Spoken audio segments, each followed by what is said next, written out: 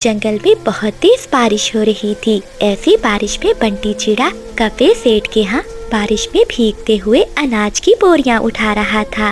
अरे ओ बंटी, जल्दी कर, तुझसे एक बोरी नहीं उठाई जा रही। अपने साथ के दूसरे पक्षियों को तो देख, कितनी बड़ी बड़ी बोरियां उठाकर गोदाम में रख रहे हैं और तू कछुए की तरह आराम से चल रहा है। ऐसे काम करेगा तो तुझे पगार नहीं मिलेगी।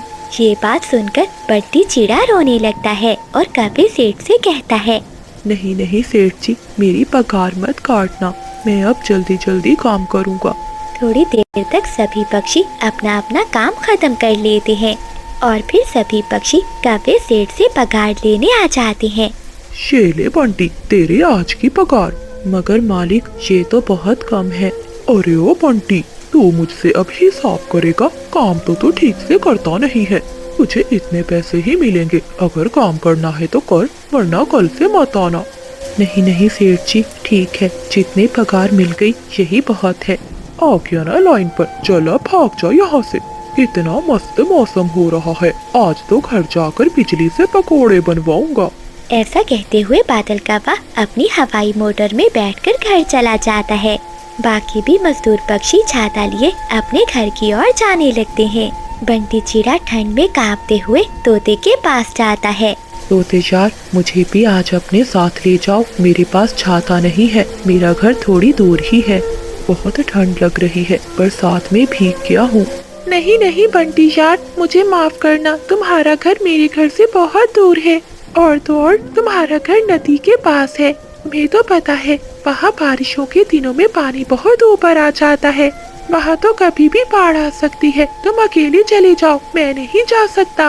न कहते हुए तोता अपना छाता लिए वहाँ से चला जाता है और बंटी चिड़ा भी बारिश में भीगते हुए अपने घर की ओर निकल जाता है। कोमल बहू, देख, यहाँ बहुत पानी टपक रहा है, एक बाल्टी लाकर यहाँ रख दे। माँ जी, अब तो घर में एक बाल्टी भी नहीं बची। ना जाने, आज तो बारिश सुबह से बरस रही है, एक पल के लिए भी आराम नहीं मिल रहा। हाँ, पिताजी आ गए, पिताजी आ गए। घर आकर बंटी चिड़ा अपने घर को देखकर चिंता में पड़ जाता है। माँ, आज तो घर में पानी कुछ ज्यादा ही बढ़ गया है। कोमल, एक बाल्टी मुझे दो, मैं भी पानी निकालता हूँ। पति जी, आप तो सारा दिन के थके हारे आए हैं, हम कर लेंगे। थोड़ा सा पानी कम हो जाए तो मैं सबके लिए भोजन भी बना दूंगी। माँ, पिता की तबीयत कैसी है? बेटे, तुझे तो पता है, तेरे पिता अब चल फिर नहीं सकते, बस घोंसले में ही लेटे रहते हैं। दवा मैंने दे दी है, बस आराम कर रहे हैं। जंगल के सभी पक्षियों ने अपने पक्के मजबूत घर बना लिए थे, जबकि बंटी चिड़ा अपने परिवार को लिए नदी के किनारे एक पेड़ पर घर बनाकर रह रहा था। गर्मी और सर्दी के मौसम में तो पानी का बहाव कम रहता था, लेकिन बारिश के मौसम में पानी का बहाव बहुत तेज हो जाता था। सारा दिन बारिश होने के बाद रात को बारिश रुक जाती है। बहू, जाकर रसोई में देख कि अनाज पड़ा है कि नहीं, कहीं वो भी बारिश के पानी में भीग तो नहीं गया। नहीं माँ जी, मैंने राशन ऊंचे में रख दिया था, मैं अभी सबके लिए भोजन बना कर लाती हूँ। फिर कोमल चिड़िया रसोई में जाती है और भोजन बनाती है। वो पूरा परिवार रूखा सूखा भोजन खाता है। बेटे, अब हमें अपना पक्का घर बनवा लेना चाहिए, जरा देखो तो, कभी भी टूट सकता है। हाँ माँ, मैं क्या करूँ, बारिशें बहुत तेज हो रही है, ऐसी बारिशों में काम करना बहुत मुश्किल है। एक तो मैं बहुत गरीब पक्षी हूँ, जो अपने परिवार का सहारा भी नहीं बन सकता। कोई बात नहीं पति जी, बस 2-3 महीनों की तो बात है, ये बरसात के दिन भी कट जाएंगे और फिर हम सब मिलकर मेहनत करेंगे और अपने लिए एक बड़ा और मजबूत घर बनाएंगे। एक दिन कोमल चिड़िया मटका लेकर नदी से पानी भरने आती है। वो नदी का पानी देखकर डर जाती है। अरे ये क्या, पानी तो बहुत ऊपर तक आ गया है, अब हम कहाँ जाएंगे? ये देखकर चिड़िया बहुत परेशान होती है और रात में वो अपने परिवार से बात करती है। बंटी जी, आप जाकर अपने मालिक से पैसे उधार ले लें, अब हम यहाँ नहीं रह सकते। नदी का पानी बहुत ऊपर तक आ गया है, अगर बरसात शुरू हो गई तो हमारे लिए बाहर जाना बहुत मुश्किल हो जाएगा। ठीक है कोमल, मैं कल मालिक से जाकर पैसे मांगता हूँ। अगली सुबह बंटी चिड़ा कफे सेठ के पास जाता है। मालिक, मुझे पैसों की बहुत जरूरत है। मुझे अपने लिए किसी और जगह नया घर बनवाना है। आपको तो पता है बरसात का मौसम है और मेरा घर नदी के पास है। अगर मैंने नया घर नहीं बनवाया तो मेरे परिवार के लिए बहुत बड़ी मुश्किल हो जाएगी। तो बंटी, मैं क्या करूं? मेरे पास पैसों के पेड़ लगे हैं। मैं तेरी कोई मदद नहीं कर सकता। तू जा यहाँ से। तभी जंगल में बारिश फिर से शुरू हो जाती है। माँ जी, इतना पानी भी निकाल लिया, लेकिन ये पानी तो और ज्यादा बढ़ता जा रहा है। तभी बंटी चिड़ा आता है। माँ, आप पिताजी को संभालें। कोमल, तुम मीना को साथ लो और सामान बांधो। जल्दी घर से बाहर निकलो। बेटे, क्या हुआ? तू इतना हाँफ क्यों रहा है? सब ठीक तो है ना? माँ, कुछ भी ठीक नहीं है। मैं अभी सुनकर आ रहा हूँ। कबूतर चाचा ने बताया है कि हमारे जंगल में बाढ़ आ रही है। बाढ़ का पानी यहाँ किसी समय भी आ सकता है। हमारा घर तो नदी के पास है। जल्दी करिए, हमारे पास समय नहीं है। वो सभी पक्षी अपना सामान इकट्ठा कर ही रहे थे कि तभी पानी बहुत ऊपर तक आ जाता है। तभी छत का एक हिस्सा टूटकर बंटी चिड़े के पिता पर आकर गिरता है। बचाओ, कोई मुझे बचाओ। तड़पते तड़पते वो मर जाता है। अपने पति को खोने के बाद सावित्री अपना सुध बुध खो देती है। बंटी के बाबा, कहाँ चले गए तुम? मुझे भी अपने साथ ही ले जाते। तुम्हारे बिना जीकर मैं क्या करूँगी? माँ जी, ये वक्त ठहरे होने का नहीं है। चलिए जल्दी से घर से बाहर निकलिए। जैसे ही वो परिवार घर से बाहर निकलता है तो पूरा घर नदी में बह जाता है। मीना, मेरे पास ही बैठी रहना।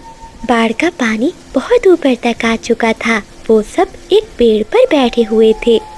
माँ, क्या अब हम मर जाएंगे? नहीं मीना बेटी, आपको कुछ नहीं होगा। आपकी माँ आपको कुछ नहीं होने देगी। वो परिवार बहुत सहमा हुआ बैठा था। तभी महारानी चील अपने सिपाही उल्लुओं के साथ नाव पर आती है। पक्षियों, घबराओ नहीं, हम सब आपको बचाने आए हैं। नाव को देखकर उस परिवार की टूटी हुई आशा फिर से जुड़ जाती है। कुछ ही देर में चील के सिपाही उल्लू उन सभी पक्षियों को बचाकर नाव में बिठा देते हैं। ऐसे चील महारानी पूरे जंगल में फंसे हुए पक्षियों को बचाती है और उन्हें सुरक्षित जगह पर ले जाती है। वहाँ ढेर सारे पक्षी थे जिन सब के घर बारिश में टूट चुके थे। देखो पक्षियों, तुम सब दाना खाओ और आराम करो। अब किसी बात की चिंता मत करना। जिन पक्षियों के घर भी टूट गए हैं, मैं उन सबको नए घर बनवा दूंगी और आप सब पक्षियों को काम दूंगी। ये बातें सुनकर सभी पक्षियों को तसल्ली होती है और कुछ ही दिनों के बाद चील महारानी उन सब पक्षियों के लिए नए घर बनवा देती है और उन सब पक्षियों को काम भी देती है। कोमल, माता पिता के जाने के बाद मैं बड़े भैया और भाभी के पास ही रहा हूँ। मैं चाहता हूँ कि तुम हमेशा उनका मान रखो। ठीक है पति जी, मैं हमेशा उनका सम्मान करूँगी। एक दिन चिड़िया की जेठानी उसे कहती है, शादी को 4 महीने हो गए हैं, अभी तक तेरे पंखों से मेहंदी नहीं उतरी। सुनार की दुकान पर मेरा पति दिन रात मेहनत करता है और एक मैं यहाँ घर पर सारा दिन काम करती हूँ। मजे तो तुम दोनों के हैं। तुम पति पत्नी तो ऐश कर रहे हो। भाभी, मैंने सारा काम कर दिया है। अगर कोई काम रह गया है तो आप मुझे बता दे, मैं अभी कर देती हूँ। हाँ हाँ, रहने दो, कोई एहसान नहीं कर रही मुझ पर। न जाने कब तक यहाँ बैठे रहोगे। बातें सुनकर कोमल चिड़िया रोने लगती है। शाम को जब बंटी चिड़ा लौटता है तो चिड़िया उसे कहती है, पति जी, भाभी के कहने से पहले ही मैं घर के सारे काम कर देती हूँ, फिर भी उन्हें मुझसे शिकायत रहती है। लगता है वो हम दोनों को अब बोझ समझने लगी है। नहीं कोमल, तुम गलत समझ रही हो। भाभी का स्वभाव ही ऐसा है। तुम उनकी बातों पर ध्यान मत दिया करो। ठीक है पति जी, लेकिन आप भी दुकान पर काम किया करें। सारा काम तो जेठ जी ही करते हैं। लगता है कोमल, तुम्हें गलत फहमी हुई है। भैया तो बस बैठ जाते हैं, सारा काम मैं ही करता हूँ। चिड़िया की जेठानी का स्वभाव तो दिन ब दिन बदलता ही जा रहा था। वो हमेशा कोमल चिड़िया को कोई ना कोई बातें सुनाती ही रहती थी।